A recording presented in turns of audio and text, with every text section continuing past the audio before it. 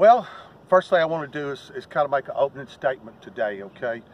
And then I would ask, I'll give you time to ask questions.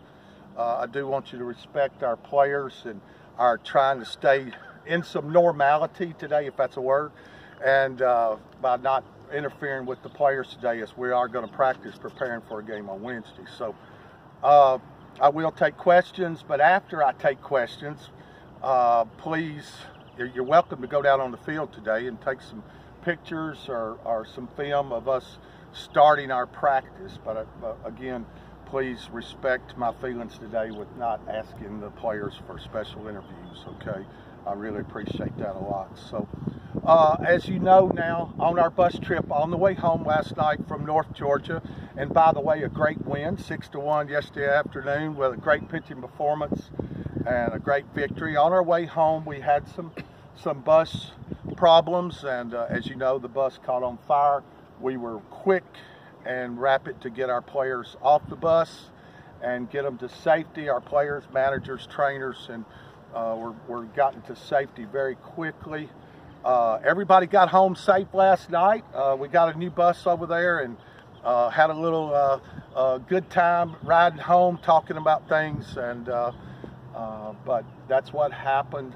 The bottom line to it, everybody was safe and everybody got home last night, and we're very appreciative of the hard work of the bus driver, the hard work of the Greene County, Georgia first responders, police, fire. They were wonderful. Those people were wonderful. I could never thank them enough. Those people were great last night. So we appreciate it. So I'll just take questions.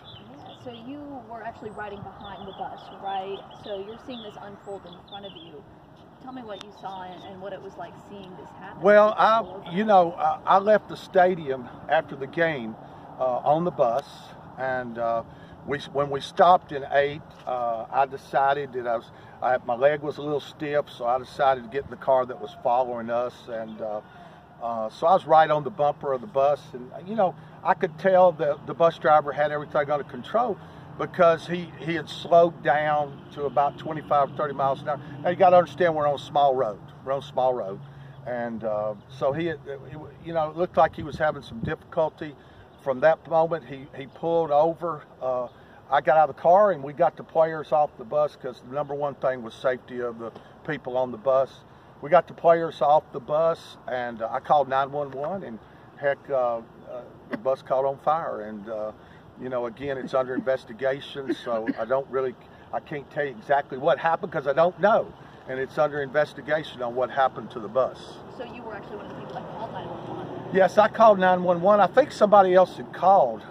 We were out in a rural area, and so I think somebody else had already called. I'm not even sure who that was, and but somebody, there's a lot of nice people around there. I don't know, there was some guy that had a farm there beside us and came down there and was offering to take our players up there on his patio. I said, I don't know if you've ever put 30 baseball players on your patio or not, but anyhow, he was very nice in offering us there. But I don't know who called 911, but I called them, and they said they had just received another call. And that's a volunteer fire department over there at Greene County, and man, they got there quick. And God, I've never seen that. The chief of the fire department was just wonderful. He offered and said, come on, let's go down to fire hall and y'all can hang out till the new bus gets here. So it's very, very, very, very welcome. Can you describe the moment when you were getting 30 of your players off of that bus? Well, I don't think there was any panic involved. I think it was just quick. We're used to moving quick. We're baseball players. We move quick. So, it was just our first concern obviously was safety. More than anything else, let's get them off the bus. Let's get them on out away from this bus. And for me, I was amazed at how our players handled it. They came off the bus in an orderly manner and got away from the bus. I thought they did a tremendous job, and I don't think there was any panic whatsoever. I think our guys handled it well. Their bus driver handled it well. I think he knew more than any of the rest of us, and so it went pretty smooth. Really, went pretty smooth. You said the number one concern is safety, and how are the players doing today? Well, I haven't met with them yet today. I guess today. I was with them at 2 o'clock this morning, so I guess that's today. But they seem to be doing fine. You know, we're gonna practice here a little bit, very, very light today. It's not much. We played yesterday and played on Saturday too, so very light practice today, and then we'll meet tonight right afterwards. And we're on spring break, and you know, so it's easy to come in and practice when you're on spring break. You don't have to go to class, you know. So, but I think they're doing fine. I think they've, you know, gosh, they're young, and you know how it is, man. Things don't bother them. There's a GoFundMe up right now. I know a lot of people have lost personal items, gear as well. What's the plan to replace all that? You know, I'm not real sure about the GoFundMe. I don't even know the person that put that up. I think the university is going to open up a university associated way for people that do want to donate to the cause. I'm not sure where the GoFundMe came from. I don't know the guy. I know he's a baseball coach. I read that, but high school baseball coach or something. But anyhow, I think that our university will handle that. I'm not real sure where that's headed, but I know our university will do some things to let people know that want to help us.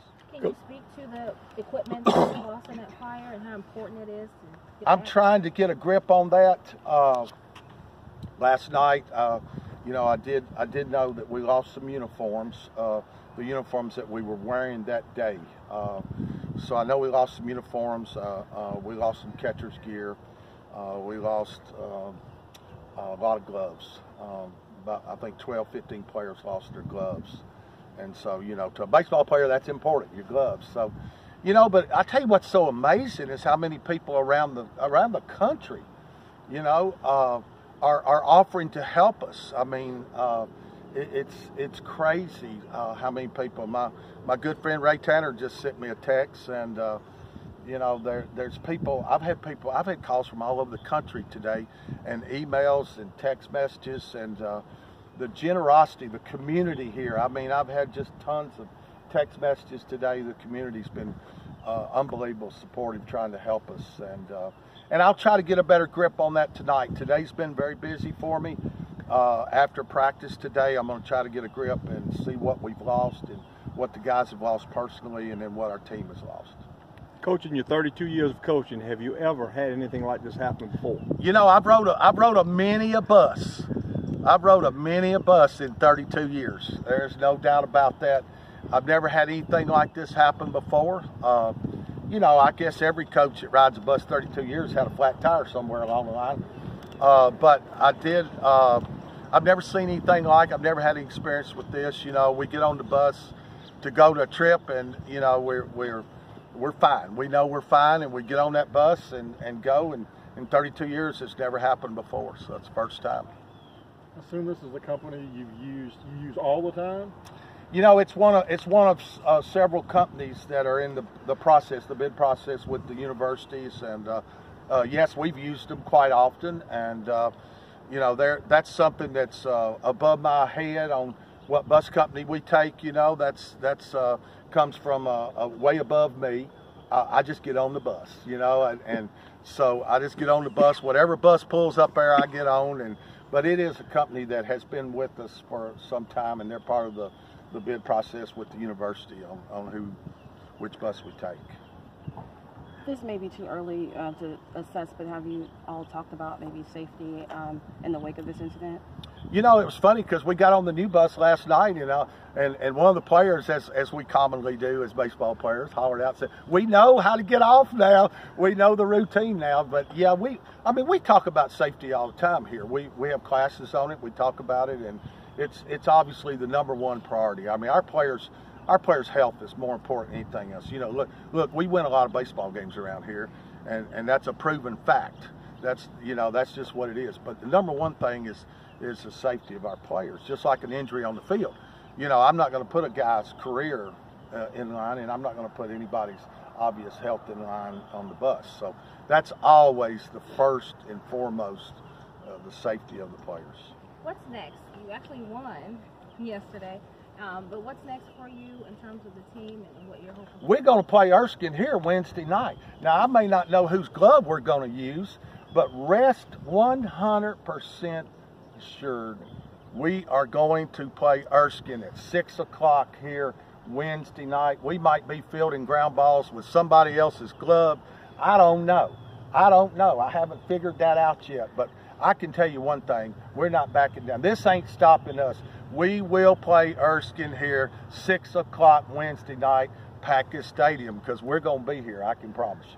Coach, we talked Thursday, just with this having been the third weekend in a row that you guys were on the road, that it was going to feel good to be back. I imagine, felt even better to pull into here safely finally this morning. I heard somebody on the bus last night when we pulled in say, "Woo, it feels good to be home, don't it?" And we'd already talked about that. We're going to be home all week. We're home next Friday, Saturday, Sunday, and we're home Wednesday. We have been on the road for 3 weeks. I mean, so that was, I guess that's the way you end a road trip, huh? A 3-week road trip, that's the way you end it, with a little excitement. And but it is good to be home. I can promise you that. It's very, very comforting to be back at the Burke Wednesday night at 6 o'clock. Don't know whose glove we're going to use, but we're going to use somebody's glove, I can tell you that. What time did you get back? Oh, it wasn't too bad. The bus company did a great job of getting another bus over there, and they got back, I think we got back about 12:30 last night, so it wasn't bad. Now, you got to understand, it was a quick game. Why is it a quick game? Because we pitched pretty dang good yesterday, and we won 6-1, and we only gave up 5 hits.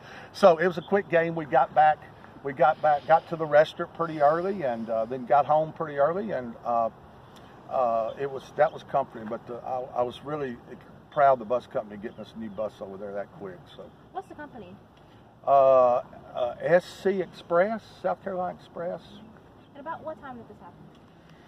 Let's see. I remember telling them to be out of the restaurant at 6:45, and I'm going to guess we had driven maybe an hour, 45 minutes. So I guess it happened about 7:45 or 8 o'clock, right in there somewhere. Anything else? Anybody? Thank you, Coach.